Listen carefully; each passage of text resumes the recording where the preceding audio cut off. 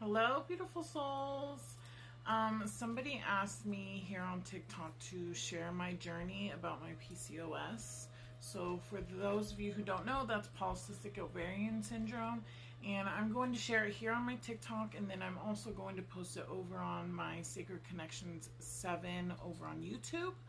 So people know about it over there too, because over there we'll be going into my healing journey, and it's kind of part of my healing journey. So those of you who do not know, polycystic ovarian syndrome is a hormone balancing syndrome. Sorry, I was reading a message.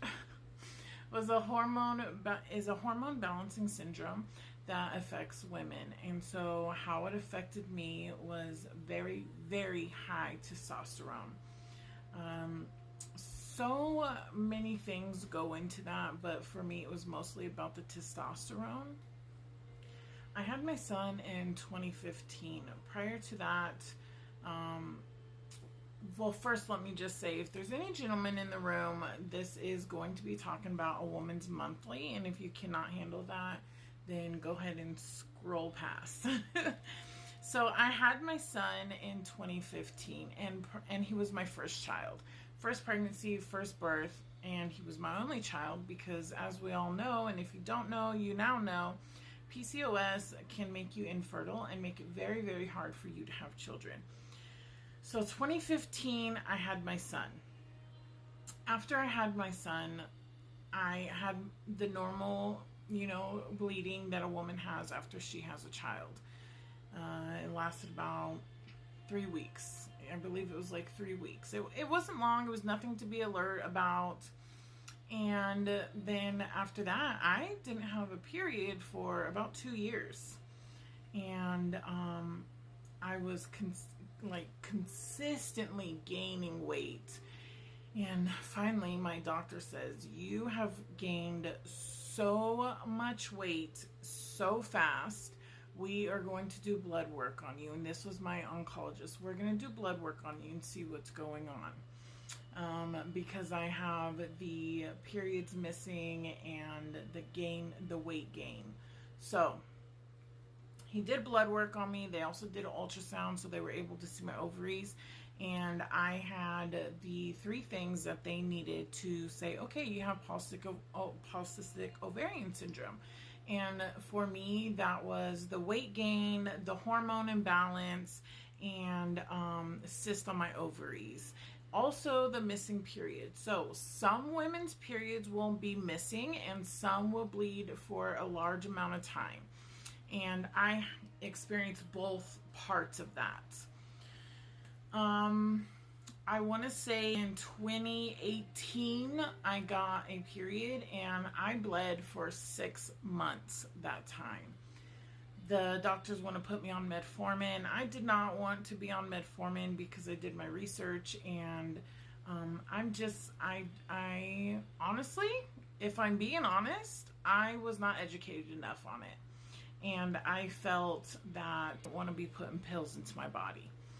So I chose not to take metformin, which in the long run was the wrong choice.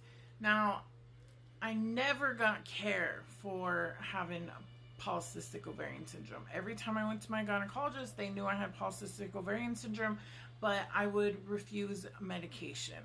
With that being said, I was not educated enough on what polycystic ovarian syndrome is and how damaging it can be to your body. All I knew is it was bothering my periods. I had a cyst on my ovaries, and I was gaining large amounts of weight. That is all I knew. Gynecologists did not educate me on this. Therefore, I am also an adult, and it is my job to also educate myself.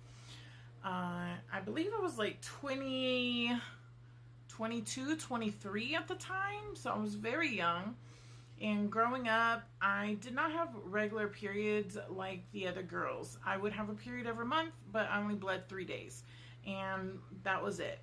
My mother was not very attentive in ways like that, so it was not alarming. I don't even remember her ever even taking me to a gynecologist as a teenager. And so having my period for the 6 months, I worked for the school district, and I had to quit working for the school district, and I was at my 3-year mark of working with the school district. I had put 3 years into the school district. And the reason why I had to quit is because my job was like me bending over or me lifting stuff. And so when I would bend over, I would have large gush of blood. Or when I would pick up something, I would pass huge blood clots. And these blood clots are not something like, oh, put a tampon in and everything's fine, or wear a feminine hygiene product like a pad and everything will be okay. As a matter of fact, I would wear both of them and everything was not okay. I would still gush. It would get on my pants. I would always have to have a change of clothes with me. I would always have wipes and, things so I would be fresh. That was always in my trunk.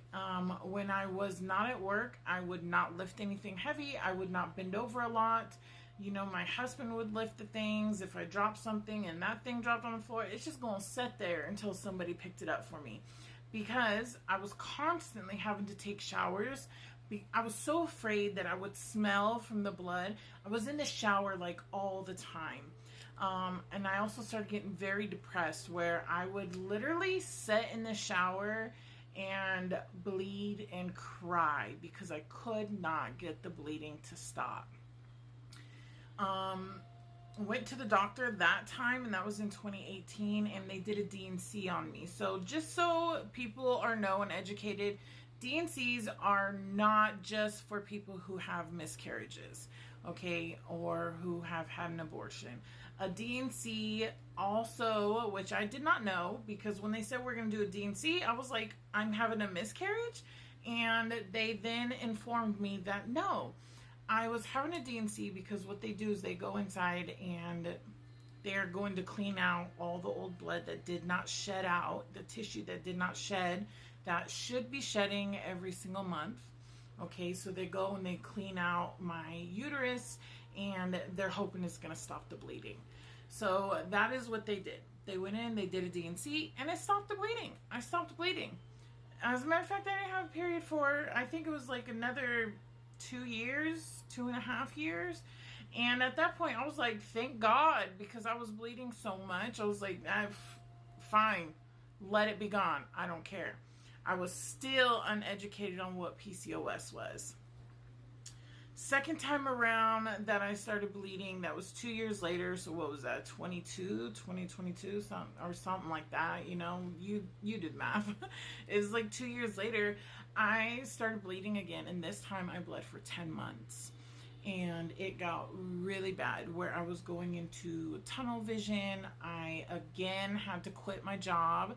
At that time, I was in the nursing field, and it was just getting so bad. And you lift patients, and you move patients, and so much goes into that. It was horrible. I always had to have an extra pair of scrubs on me. It was really affecting my life. I was really getting depressed about it. And again, we went in, had another D&C done. They've even tried giving me birth control shots, like you name it. They could not get the bleeding to stop. It got so bad, they were worried that they would have to give me blood transfusions, especially because I was having moments of tunnel vision. And I did not want my ovaries taken out at the time because I was young and I still wanted to have children with my husband. And my gynecologist flat out told me, if you end up in the emergency room because of this bleeding, and it is an emergency, I will remove your ovaries. I will remove your uterus. In order to save your life, I will do what I have to do as a doctor. She let me know up front. And so then after we had that D&C done, I stopped bleeding again. And then we're going to go into a part 2.